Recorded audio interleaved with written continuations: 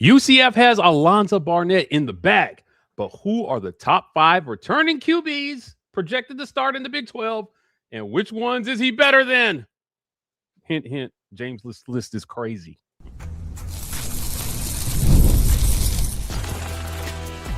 You are Locked On UCF, your daily podcast on the UCF Knights, part of the Locked On Podcast Network, your team every day.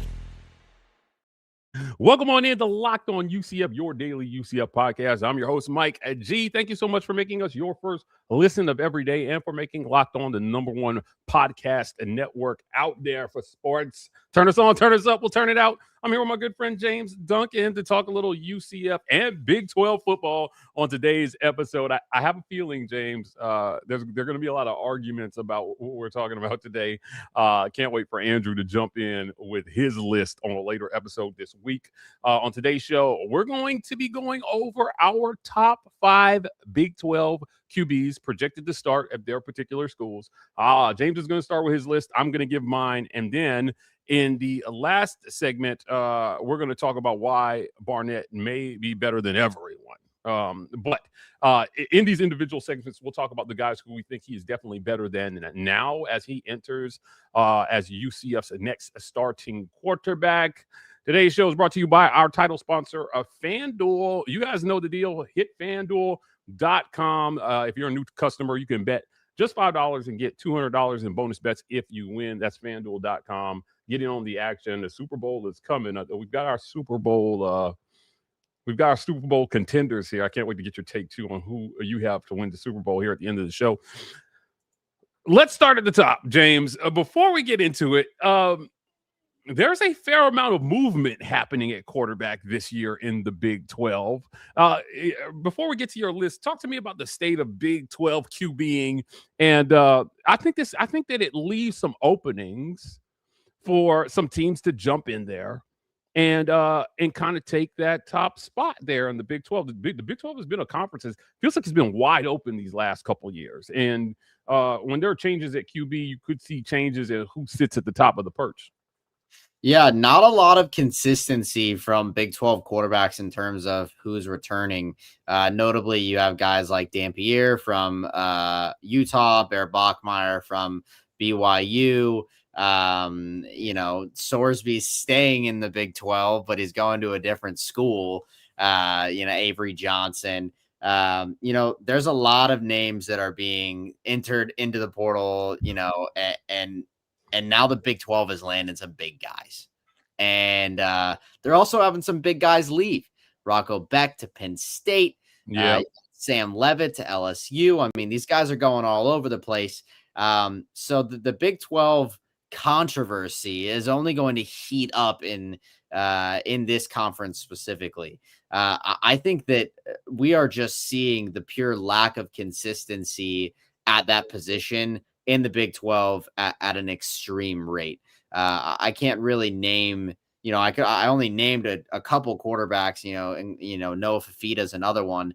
And those QB situations were pretty nice. Those are why those guys stayed, because they had been a starter there, succeeded, came back. Bear obviously in his first year should have probably won Rookie of the Year. I think he got snubbed at that position. Yeah, I mean, he was better than I gave him credit for.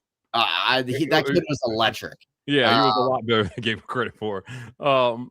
Look, let's get into your list, because we talked about this before we started recording. Obviously, I had to put the graphic together, but I want you to start at number 1 and move your way down and kind of explaining this to our listeners. Just make sure you call them out for our listeners on audio. But this is James Duncan, UCF's top 5 Big 12 QBs in 2026. At number 1, he's got Brendan Sorsby, Bear Bachmeier, who we just talked about. Devin Dampier, Utah. Noah comes in at number 4 at Arizona. And Drew Mestamaker tied with Alonza Barnett III at 5. Starting number 1. Talk us through it, James. Yeah, well, you got to love Brendan Sorsby. Was one of the most consistent quarterbacks in the entire country last year, threw 27 in the air and only 5 interceptions. Coupled that with 580 rushing yards and 9 touchdowns on the ground. The guy accounted for like 36 touchdowns throughout the entire year in the air and on the ground. That's pretty darn good while only throwing for 5 interceptions. He played so consistently, which is why he is going to go to Texas Tech and be paid a lot of money. He's kind of my clear number one veteran guy that is really just, stood out this past year and established himself as a top tier quarterback, I would say, in the Big 12, but also maybe, in the country. Next, who do we got next? Hold on, wait. Before we move on, if you put him at number 1, he is the can't miss guy. You think Brendan Sorsby is the can't miss QB of the Big 12 in 2026? Yes. Okay. I mean, in terms of just like sheer production and veteran talent, I think like he's like the guy. Okay. In the Big 12. All right. Now, I think it's hard to look another direction. I remember he was at Cincinnati last year. So I just want to talk about what he did when UCF played Cincinnati last year. Oh, it wasn't great. But if you go look at his, it wasn't great in comparison to some of his other statistical performances. Yeah, 12 for 21 for 191. But he still put the work in on a good UCF defense. He did, and the thing was, although he was only 12 for 21 passing, he threw 2 touchdown passes in a game that UCF lost by 9 points. He also got out of the pocket when he needed to and scrambled for a few yards as well. Yeah. Cam Fancher threw the ball 28 more times than Sorsby did and only got 31 more yards. I can't tell you. Boy, this offense, if they had a pulse in that game, they would have beat Sorsby in Cincinnati. You said he had 11 completions for 191 yards? 12 completions for 191 yards and 2 TDs. That's an absurd amount of yards per completion. Yeah, so I mean, it was I don't know. All right, let's move down your list because we got a lot of QBs to get here too. Yeah, number 2, you got Bear Bachmeier. Yeah, number 2, Bear Bachmeier. This kid's electric. They should have been in the playoff. I don't care what anyone says about Texas Tech. I loved BYU last year. I think they're an elite team. I think they're returning an elite team. I think they're returning an elite freshman, now true, sophomore quarterback. This kid came in, learned their system. They had to reorganize their system because of him, and then comes in and dominates. They only lost 2 games last year, and those were to Texas Tech, one on the road, one in the Big 12 Conference Championship. He's in a really good situation up there in Provo. He's an electric talent. He can put it on the ground. He can put it in the air. He's got 15 touchdowns last year in the air, 7 interceptions, 11 on the ground, over 3,000 passing yards. And because don't forget, they had an elite running back last year, and they handed that ball off quite a few times they did. inside the 5. You're looking at only 15 touchdowns. You're saying he's got the least amount on my list. Yeah, but he's got 3,000 passing yards.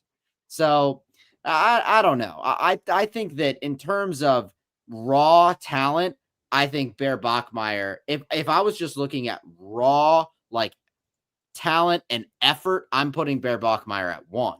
But because Brendan Sorsby has just that veteran instinct and consistency, I like them 1 and 2 respectively. Yeah, look, cannot be understated. BYU finished with a 12-2 record. And I mean, it's almost like, what do we got to do to get that second team in the playoff here from the Big 12? I thought they were a playoff team, and I would have rather seen BYU, no offense to our guy, Alonza Barnett, but I would have rather seen them in over JMU or Tulane. Matter of fact, Alonza, you're good with me. You guys are in. Tulane, you're out of there. John Summer. Yeah, I think the only way that you get 2 teams in is if the team that's number 2 didn't get beat by the number 1 team twice. Oh man, it's just it was like the only situation that would have kept them out. Bachmeier acquitted himself well. So I like that pick at number 2. Let's go back to your list here. At number 3, you got Devin Dampier, Utah. Talk to me about this one. Okay, people might think this is a boring pick, and to be honest, I think Him and Fifita are kind of interchangeable for me. I think they're both good, experienced quarterbacks. Fifita's been at Arizona forever, and he has been succeeding there. Obviously, this past season had a much better year than the prior season to that, even when he had Teteroa McMillan. But Arizona pumps out wide receivers, man, and it feels like Fifita's always got somebody to throw to. He was really good this past year, 3,200 plus in the air with 29 TDs. But let's focus on Dampier first. Almost 2,500 yards in the air, 24 passing touchdowns, 5 interceptions, and he had 835 on the ground with 10 rushing touchdowns. That's accounting for 34 touchdowns and only 5 interceptions. Utah was working last season, and Dampier was the main reason. He returns this year, this upcoming year. Same with Fifita. So I kind of want to cover these guys at the same time. Fifita is going to be almost the opposite of the way that Dampier plays, where Dampier will get out and scramble and, kind of tuck and run. Fifita's going to keep his head downfield and look for the extra airmail. That's why Fifita has 800 more yards in the air, but 600 less on the ground, 7 less on the ground touchdowns, but 5 more touchdowns in the air. So they're kind of this equal yin and yang of each other, but they're both returning. They're both returning to somewhere where they're comfortable and that they've been playing. They are returning good wide receivers and good tight ends. I just think that they're both set up for success in the 3 and 4 spot on my list. All right, moving down the list here at number 4, a guy you mentioned here just a second ago, Noah Fifita from Arizona. He is one, dare I say, of the few actual incumbents. So, I mean, Bachmeier is an incumbent, but there's a lot of movement in the Big 12 at QB, interconference even. So guys transferring in from the conference, guys transferring to other schools in the conference. Noah Fifita staying put at Arizona in Tucson. And look, as someone who lived in Tucson, one of the most boring places on the face of the planet, should be solely focused on football next season, because there are 2 demographics in Tucson, Arizona, James. College students and retired people. There's nobody in between. Nobody from the ages of like 28 to like 42 lives in Tucson. Oh, yeah. You're either geriatric as hell or you're in college.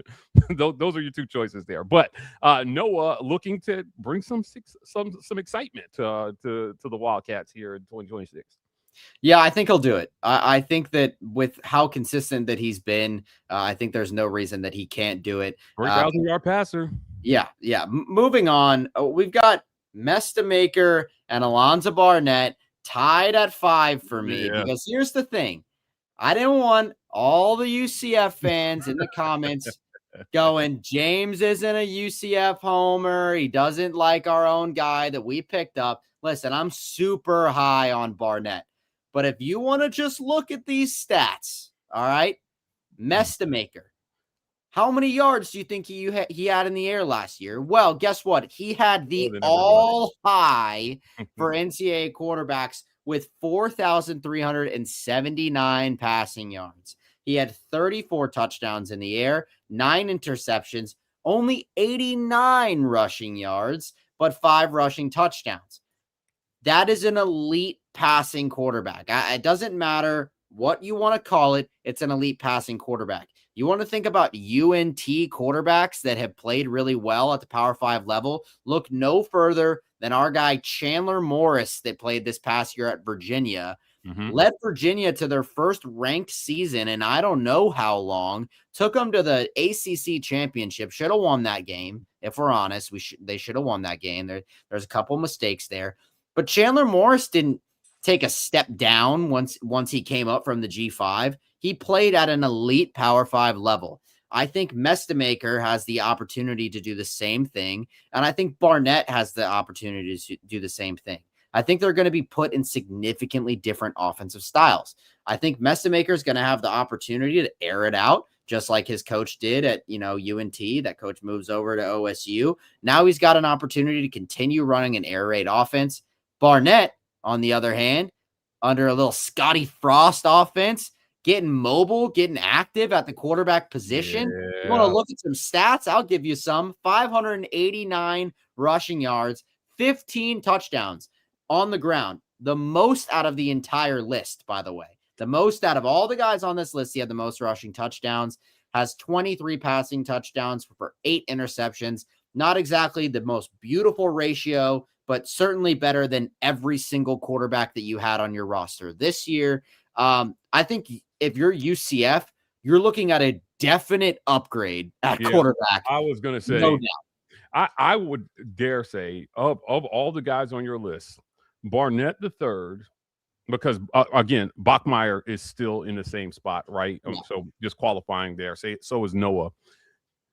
He's the only guy who is definitely a major upgrade from his predecessor.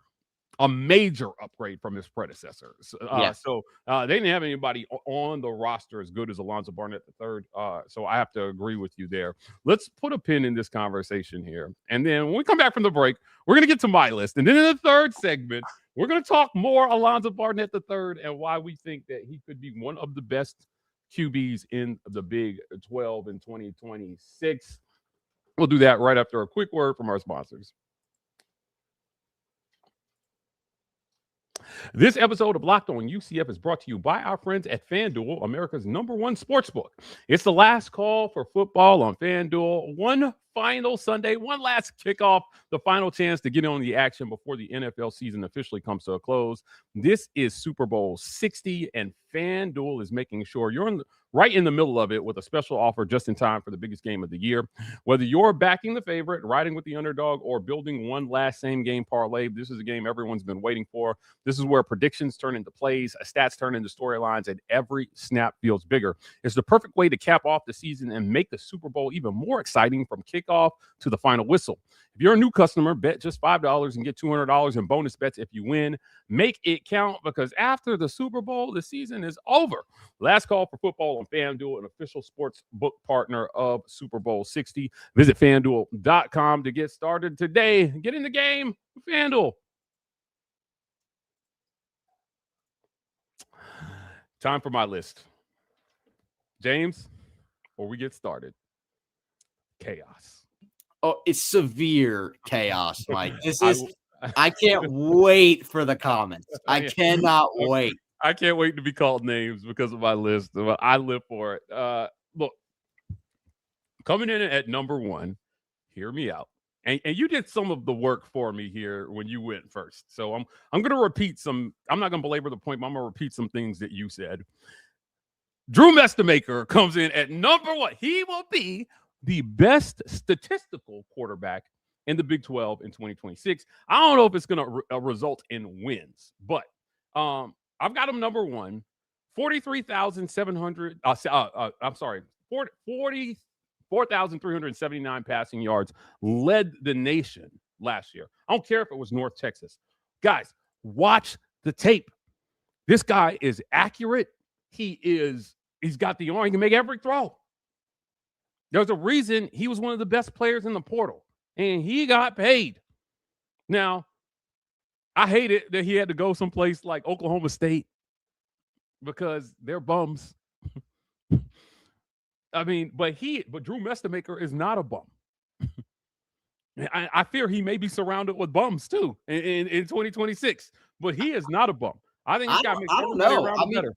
They pretty much did the JMU to Indiana style transfer where they just brought everybody over from UNT. So next year you are playing UNT. You know, that everybody that's playing the Cowboys are playing the UNT Oklahoma State Cowboys. Yeah, I know another coach from the American who did essentially the same thing at his next job. But look, 9.5 yards per attempt. He wasn't dinking and dunking at North Texas either. To a nearly 70% completion percentage on the season, man. Come on, dude. Accuracy. UCF lacked accuracy. So many teams lacked accuracy at quarterback. And I think Mestamaker comes in and makes a splash immediately. So this is going to be fun. I think for Oklahoma State fans, at least by the numbers. I think it'll be an exciting offense with Mestamaker at QB. Let's move down my list here. Again, I got Alonza Barnett at 2. And look, if you disagree, talk to a wall. Argue with a wall. This is, of all these guys on the list, which guy got his team to the college football playoff, James? And he was playing with bums. He was playing with the bums. They got run by Oregon, but go watch the tape. It wasn't because of Alonza Barnett III. He showed up. He did his part. He was playing with a team full of bums. And UCF picked up a great quarterback, and I think he is with his ideal coach and QB coach in Orlando. Hear me on this one. James Madison University is somewhere in BFE, Virginia. Oh, I used to live around those parts, man. He is going from that to Orlando. The facilities will be better. The environment will be better. The food will be better. The women will be hotter. James Barnett III is in a markedly better situation than he was at JMU. All they got to do is dial it up and let this kid do his thing. Number 2 quarterback in the Big 12 in 2026. I don't care. People are going to be like, no, you're Homer. What? No. This kid is going to ball. Book and it. I know Book it. He got his team to the playoffs, man. It wasn't, if he had laid an egg in that playoff game, I wouldn't be here. But he showed up, and he did the best he could with what was around him, and they ran into a buzzsaw with Oregon.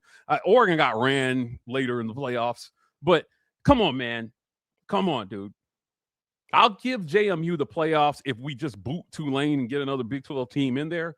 But, man, I think Barnett III quietly might be one of the best portal pickups in the country. Quietly. And we're going to find out what these guys are made of. We're going to find out what UCF and Coach Scott Frost and Mackenzie Milton are made of based on what this kid produces. I don't think he's a bust. So, we'll see. Moving down my list again, I've got Brendan Sorsby. I think he's in a really good situation at Texas Tech. You talked about his numbers: 2,800 yards passing, 27 TDs to 5 interceptions. That touchdown to interception ratio, fantastic. 9 TDs on the ground. He's going to be surrounded by top-tier talent at Texas Tech. They've proven they're going to go out and they're just going to buy whatever roster they can get. And they front-loaded a bunch of deals to make sure that at least these first 2 years would be great. So Sorsby walks into a pretty good situation from a talent standpoint around him. At number 4, I've got Bachmeier. Look, I want to be clear. He could be the best QB on this list. Bachmeier comes in at 4 on my list, but he could be the best QB on this list. This kid has moxie. Again, I don't belabor the numbers because you went over him. He was on your list. I just think he's a great QB. And one of the things I love about Bachmeier is the moment never seems too big for him. Whenever they need a big play, he stepped up. 12-2, man. They should have been in the playoffs. Should have been. He should have been the other quarterback on this list that got his team to the college football playoff. Yeah. And then I've got Noah Fifita at Arizona. Again, Tucson sucks. Arizona even maybe sucks. He's a good quarterback. I like Noah, and I think that, if you're looking at a guy who was a 3,000-yard passer last year, 29 touchdowns to 6 interceptions, had a QBR of 71.2 last year, right? PFF actually graded him out at an 85.6. It's a pretty good PFF score for that young man. And so he's back. And there's something to be said for guys returning to their programs. Continuity matters. And year after year after year. He's not just like I did well last year, let me come back. This is his like 3rd or 4th year starting for them. Yeah, look, and so going into next year as one of the most experienced quarterbacks in the NCAA, he will have seen a lot. He's done a lot. He's played with really good receivers. Remember, he was throwing to Teteroa McMillan just 1 year ago, right? Teteroa is doing pretty good in the NFL right now. That guy was ridiculous, man. We didn't talk about him enough. But I I like Noah. I think he's going to do really well. Just want to go over my list one more time here before we get to our last segment because I'm anxious to talk about Alonza Barnett III. Drew Mestamaker at 1 for our guys on audio. Alonza Barnett coming in at number 2 on my list. Brendan Sorsby, the transfer from Cincinnati to Texas Tech at number 3. The incumbent, Bear Bachmeier, BYU at 4. And Noah Fifita comes in at number 5. He is staying home at Arizona. Let's get to our last break. And when we come back, we're going to talk Alonza Barnett III and why this is potentially a game-breaking pickup for UCF in 2026. Talk about that next, right here on Locked On UCF. This episode of Locked On UCF is brought to you by our friends at Mazda. This is Mazda's moving the game forward for those who show there's more to the score than what's on the screen. And let me tell you something. Moving the game forward in 2026 will be Alonza Barnett III. He's going to remind us every single game about why you raise the bar every single day, why you put in extra work, why you dial in every single detail, and you give that extra fire, that extra quit. That I never quit, Alonza Barnett III. We put that same passion into every model. Highlights make the reel. What it took to get there makes it count. There's more to a Mazda because there's more to you. Mazda, move and be moved.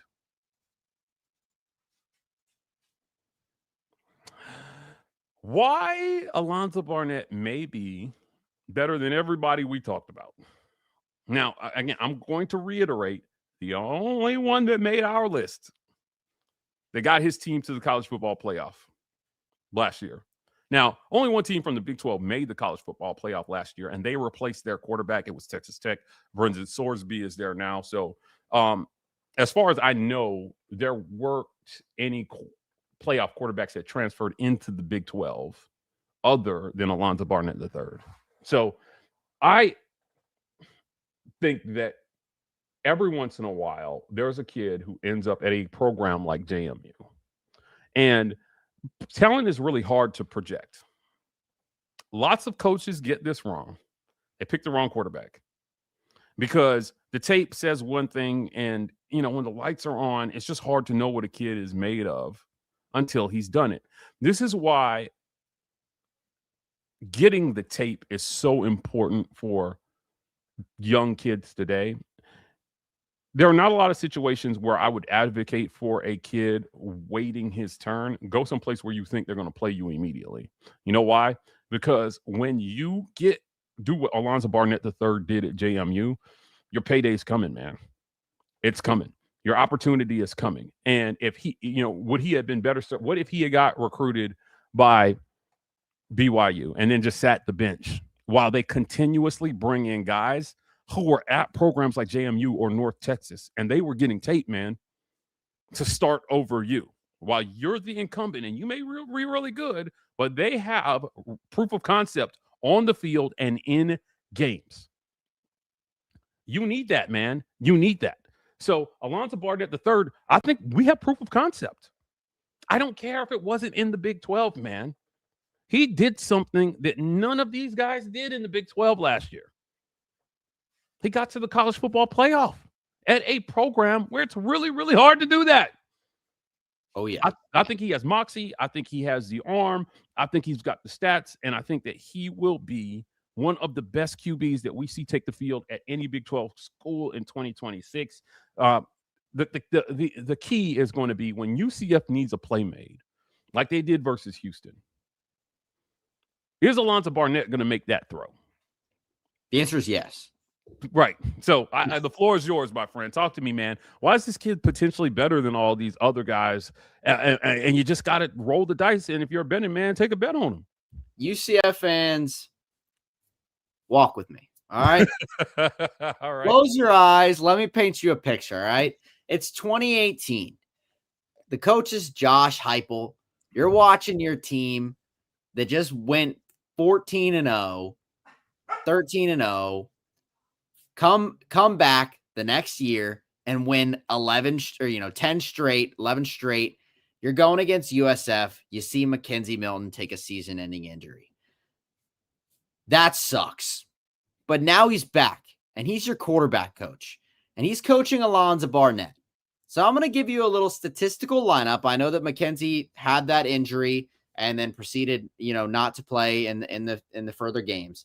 But in 2018, Mackenzie Milton had 2663 in the air, 25 touchdowns, 6 interceptions, 307 rushing yards, and 9 rushing touchdowns. Okay. Now, if you look at Alonza Barnett, you'll see something pretty strikingly similar. 2,800 in the air, 23 passing touchdowns, 8 interceptions, 589 on the ground, and 15 rushing touchdowns. 15 rushing touchdowns, man. Now, if you're looking at those stats, those look pretty similar. Now, obviously, you have a little bit more passing yards. You have a little bit more interceptions. You have a little bit more rushing yards, a little bit more rushing 6 more rushing touchdowns, actually. But he played in 2 more games. But it looked like Mackenzie Milton in 2018 was on the path to having the season that 2025 Barnett had. If you can win 12 games as a UCF Knight with those stats at quarterback, and now you have that guy coaching the guy that just did that in the G5 where Mackenzie Milton was, I think you can have success. There is a level of familiarity. There is a level of pride in being able to have that kind of season and just keep churning out wins. It doesn't have to be flashy. In 2017, Mackenzie Milton had like 4,000 yards in the air, but you don't need that to win. If you have a gamer, it doesn't matter how many yards. It doesn't matter how many yards on the ground. It doesn't matter how many completions. It matters how many you have in the first tally of your win-loss. Yeah. That's what matters. And I really think that UCF, keep walking with me, got a gamer. I think they got a gamer in Alonza Barnett III. Let me add to this. So if you got your gamer and we talked about those moments, the game is not necessarily on the line in these moments that I'm talking about, but it could be the second quarter where you just need a play made. And it's 3rd and 13, 3rd and very, very long. And he pulls out and he throws a touchdown pass. Or you're going for it on 4th down. UCF was 20 points away from 8-4 last year. 20 points. They were 20. If they score 3 more touchdowns on the season last year, they're potentially 8-4. I can't stress how close this team was to an 8-win team. The team that missed a bowl game by game could have been that. Could have been 8. It could have been in a decent bowl game at 8-4, and we'd be having a very different conversation about UCF right now. And if you're a UCF fan, that should infuriate you to the point of happiness because now you have a quarterback. Yeah, now you have a quarterback. If he can throw 3 more touchdowns than what UCF got through the air last year, you are potentially an 8 or 9 win team. But finding that playmate, it's not easy because if it was, everybody would just be doing it. This is not an exact science, but I like what we've seen on the tape from this kid. It's different when you're trying to project kids from high school. This is why I like Kane Archer so much. Yeah, he may have been playing a lower tier of football, high school football, but there was something about him that just said, look, man, whatever the moment is, whoever he's playing against, he's just going to go out there and make plays. They think Rocco Marriott might be that same type of kid. So I'm on board with it. But right now, you need a guy who is more proven, who gives you a safer floor as well, too, with the young guys. They may have very high ceilings, but their floor can be really low, and you can ruin them if you throw them out there too early. A lot of quarterbacking is mental, right? And you've got a guy in Alonza Barnett III that's been mentally tested, man. That's why I think it's important that he didn't lay an egg in that playoff game. Oh, yeah. He went out there and played his ass off. You put him up there against one of the toughest teams in the country, and he still got you 20-some-odd points. So I think that if you can get 20-some-odd points against a mid-tier Big 12 team, 6 games, I'd be pretty happy. I mean, that's all you needed in a lot of these games was 20-something points. I mean, like against Cincinnati, You lost by what? 11? 13, something like that? Nine. All you needed was a touchdown and a field goal. Yeah, you win the game. And you win that game. And that quarterback, by the way, just got paid a couple million to go to Texas Tech. It was Brendan Sorsby. Like, it just, like, if you're a UCF fan, you should be so infuriated over the past couple years of quarterbacking decisions. I will just say, notably, the past 2. Notably, the past 2 years. With KJ, with Taven, with Cam, Timmy McClain, shout out Timmy McClain, Bethune-Cookman, legend, threw a freaking Hail Mary this year, has one of the most famous plays in UCF football history with the throw against Baylor, but, wasn't a Power 5 quarterback. You should be infuriated if you look at over the past couple years, the quarterback situation.